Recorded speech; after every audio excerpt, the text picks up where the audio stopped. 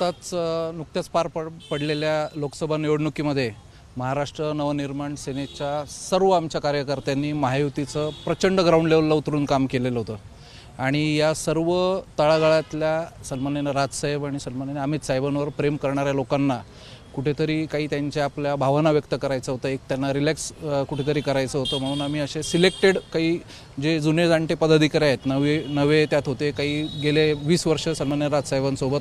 प्रचंड निष्ठेने काम करणारे असे लोक होते. अशांची आम्ही एक मिसळ पार्टी काल आयोजित केली होती. त्यामध्ये सर्व कार्यकर्त्यांनी आपापल्या मनातल्या भावना बोलून दाखवल्या आणि ज्या की अतिशय पूरक आणि आमच्या पक्षाच्या चौकटीत बसणाऱ्या होत्या आणि आगामी येणाऱ्या विधानसभा आणि महानगरपालिकेच्या निवडणुकीच्या संदर्भात त्यांच्या काय संकल्पना काय कल्पना होत्या त्या त्यांनी मांडल्या आणि त्याचं एक आम्ही इन कॅमेरा त्याचं एक शूटिंग केलं आणि सन्माननीय राजसाहेबांना ते आम्ही असं ठरवलं की कार्यकर्त्यांच्या ज्या भावना आहेत त्या सन्माननीय राजसाहेबांपर्यंत पोचल्या पाहिजे, त्या अशा दृष्टीने आम्ही ते नियोजन केलं होतं. पण आपण काही सिलेक्टेड पदाधिकाऱ्यांनाच बोललो होते, जे पदाधिकारी आले नाही मिसळ पार्टीला ते कुठेतरी नाराज आहे असं? नाही, नाराजीचा असा विषय नव्हता, कारण सन्माननीय राजसाहेबांचा जो आदेश आम्हाला असतो त्याप्रमाणे सर्व काम करत असतात आणि जो तळागाळातला कार्यकर्ता असतो हा कुठेतरी आपल्या भावना व्यक्त करताना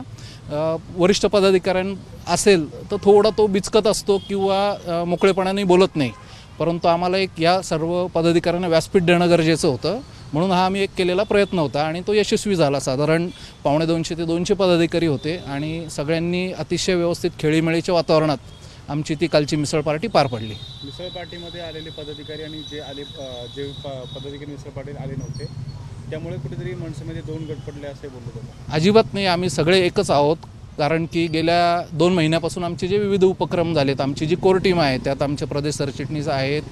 आम्ही 3 उपाध्यक्ष आहोत, शहराध्यक्ष आहेत, जिल्हाध्यक्ष आहेत आणि बाकीचे आमच्या महिला पदाधिकारी आहेत. आम्ही सर्व जोमानी एकत्रच काम करतो आहे आणि हा कोणीतरी पसरवलेला गैरसमज आहे की इथे काही असे गट तट पडलेत, परंतु हे सर्व आम्ही एकमेकांना सांगूनच हे केलं होतं की असा आम्ही कार्यक्रम आयोजित करतो आहे आणि नेक्स्ट फेजमध्ये जे उरलेले पदाधिकारी आहेत, कारण त्यांची सिनियरिटी आहे आणि अशा अनेक सिनियर पदाधिकाऱ्यांचं आम्ही पुन्हा एक अजून गेट टुगेदर घ्यायचं आमचं प्लॅनिंग आहेच. अनेकदा आपल्या मनसेवर पक्षावर आरोप होता की कुठेतरी मनसेमध्ये मरगळ आहे, पण मात्र लोकसभेमुळे सर्व मनसेचे पदाधिकारी एकत्र आल्याचं पाहायला मिळालं होतं. मात्र या मिसळ पार्टीमध्ये पुन्हा एकदा हे गटतट पाहायला मिळतात. गटतट हा विषयच नाही आहे आमच्याकडे एकच गट आहे, सन्माननीय राजसाहेब ठाकरे हा एकमेव गट आहे आमचा आणि राजसाहेब आम्हाला जे सांगतात त्याचं तंतोतंत पालन या तुम्ही महायुतीच्या आत्ताच्या दिंडोरी आणि नाशिक या दोन्ही लोकसभेच्या उमेदवारांच्या इथे तुम्ही पाहिलं असेल की प्रचंड ताकदीने आमचे लोक सर्व खांद्याला खांदा लावून इतर सर्व पक्षांबरोबर काम करत होते आणि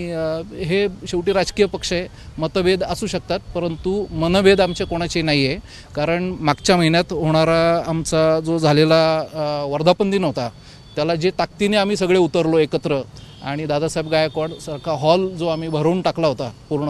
पूर्ण महाराष्ट्राने किंवा देशाने पाहिलं की तिथे मनसेची ताकद ही काय, त्यामुळे असं काही कुठलं गटतट असतील असं काही म्हणण्याचं कारण नाही.